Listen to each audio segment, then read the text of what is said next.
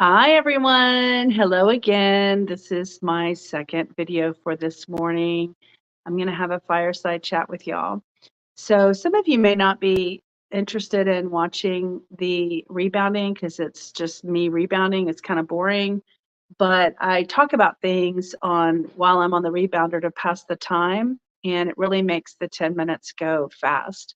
So for some of you who aren't interested in watching the rebounder, I don't want you to miss out on some of the things that I discuss. So I'm going to have this little fireside chat with you right now. And we're going to talk about some of the results that I'm seeing. This is day 31 of consistently rebounding. I will say, I'm saying consistent. It's been consistent since day 19 because I went from day 1 to 19 and then I injured my foot and then I had to let my foot heal. And it was about 6 days. And then I got back on the rebounder and started up again. So from day 19 to day 31, that has been consistent. So consistently, 11 days or whatever. So basically, what I want to talk about is how the body is changing deep under the surface, and you're not exactly feeling it or seeing it. I would say seeing it, because I will say that I think I was feeling it. I was having some feeling of changes, especially like in my clothes, and then just touching my legs, if they felt tighter and not as fluidy and inflammation-y, whatever that's called. I also want to say that, in these 30 days, I don't remember seeing the scale drop 1 pound the whole time. I mean, I didn't get on the scale every day, but there was this number that I kept seeing, and I was like, okay, it hasn't changed. It hasn't changed. And here I am on day 31, and I did weigh this morning because I was super curious. I had Mexican food yesterday for lunch, and I ate some Snickers, but like the little miniature ones you get at Halloween. And so I was curious if that was going to fluctuate my weight, but to my surprise, and I'm just saying this because you never know what's happening with your body, I woke up for my 4th day in a row in fat burn mode, which is good for Lumen, my little CO2 reader. And on top of that, I went ahead and weighed, and I was 1 pound dropped on the scale from that number that it hasn't moved in 30 days. And so all I'm saying is be patient with yourself.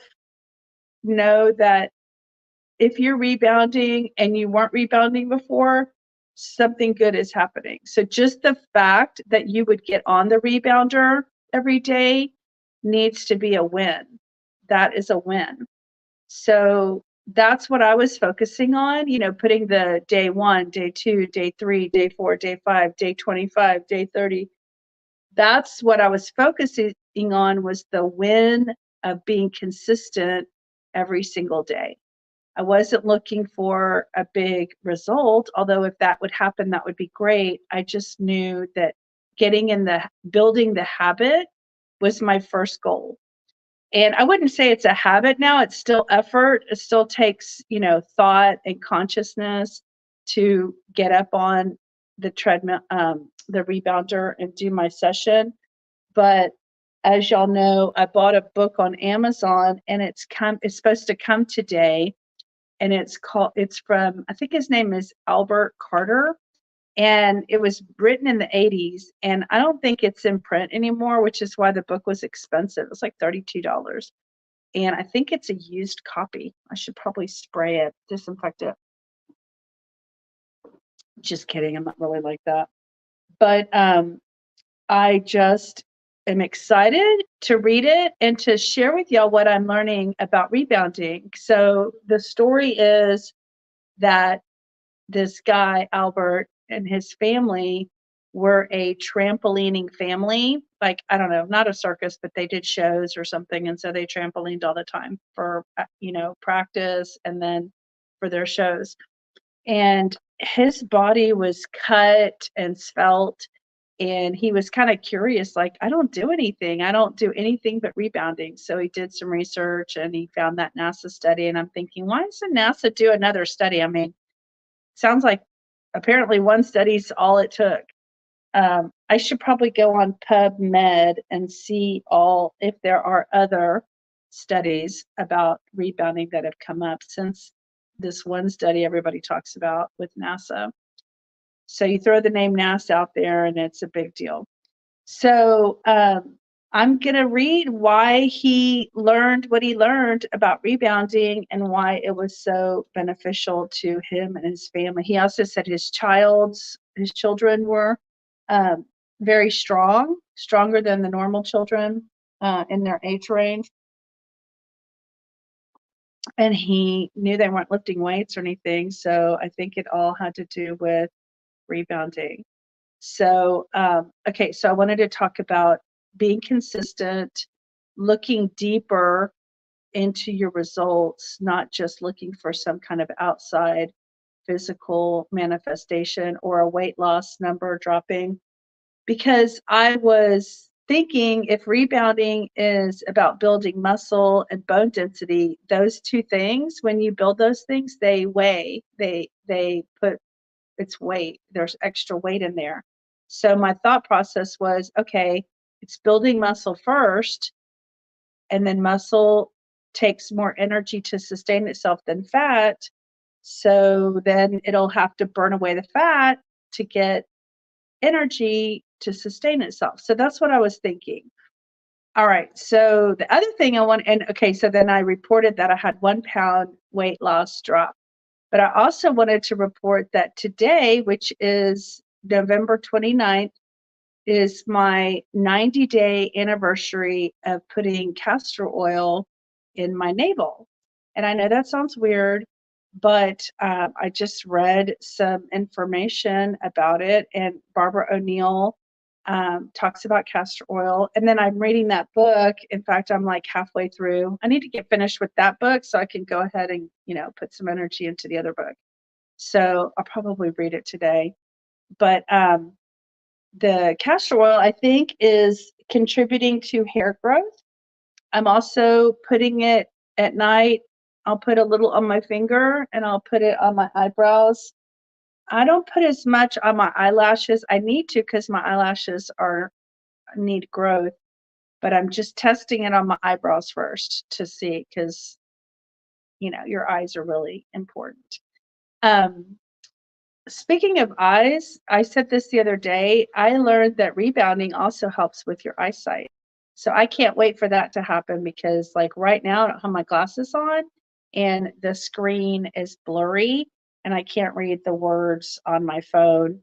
And my phone is definitely more than an arm's length away. So I can't wait for rebounding to help my eyesight. If that's, true. What else do I want to share?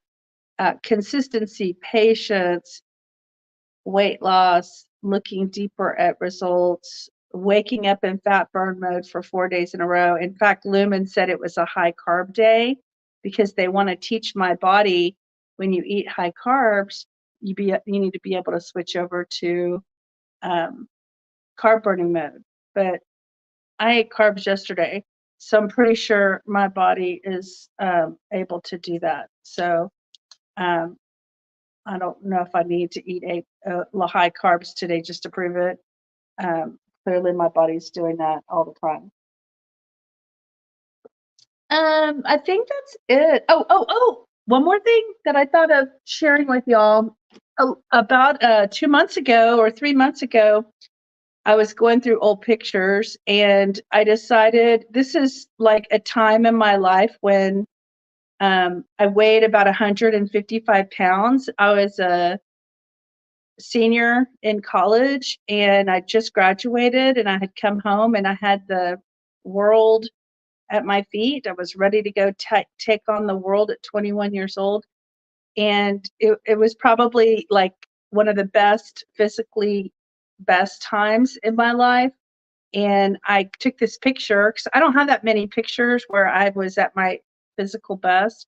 And I put it on my refrigerator in one of those magnet things. And I just want to show y'all that I made a little note. Let me see. I made a little note to myself. So here, I think I still have these shorts. I think I saved them for like a fit back into them shorts 40 years later. And what did I say? I wrote myself a note and I said, if you want to look like this again, no, it just says, want to look like this again, go for a walk every day. And then I wrote Lydia. So I put a little note in there to myself on the refrigerator if I want to look like that again, I need to be walking every day, because you know what? To get that size, I was walking every day. I had really great habits, and I was eating lighter, eating small portions, and I was walking all the time. So now I'm replacing I walk my dog and I walk for life, and I'm not getting 10,000 steps in a day, but I'm doing the rebounder. And that's where I want to guinea pig whether or not doing the rebounder on a regular basis can help you with your weight loss, because rebounding is so not that, it's not that common, but I want to see if it really helps, then maybe more people can be helped by doing rebounding. Whereas, especially when you're big, walking is really hard when you're big. So, walking long distances and hiking and stuff like that is really hard, even though you want to do it. So when I lose some weight, I'm going to just appreciate doing more hikes and more walks, because that's something I've really not done a lot of, because it's so difficult at my size. So finally, I want to end this fireside chat with I made a comment about some of the everyday life things. Like, this chair is from the 70s. My mom bought it. It's velvet. It's so cool. I love this chair. It has so many good memories. Sitting in it, I feel very, hugged, embraced. That's the right word. I feel embraced by my family, my ancestors. But in the 70s, people were smaller. This chair is low to the ground, so getting up from it is a workout. And then also, just the interior where your butt goes, it's just kind of smaller. They make chairs bigger now than they used to. And I'm noticing when I sit in it, how it fits, how it touches me different on the side. So I'm getting smaller in my hips, and the chairs are fitting better. My biggest goal is to be comfortable in an airplane seat again. That's my big goal. So I would say when I'm 200 pounds, then that'll probably be, a comfortable seat. So the final thing I want to share is that I have my dining table from my parents, my childhood dining table, and it's from the 60s and 70s, and it has really high arms on the captain's chairs for the head and the mom and dad positions on the table. They have armrest, and the rest of the chairs don't. But when I sit in the ones with the arms, it's nice and snug. And in the past, when I was even bigger, I wouldn't even sit in them because I didn't want to break them. And so I always looked for chairs that didn't have the arms on them.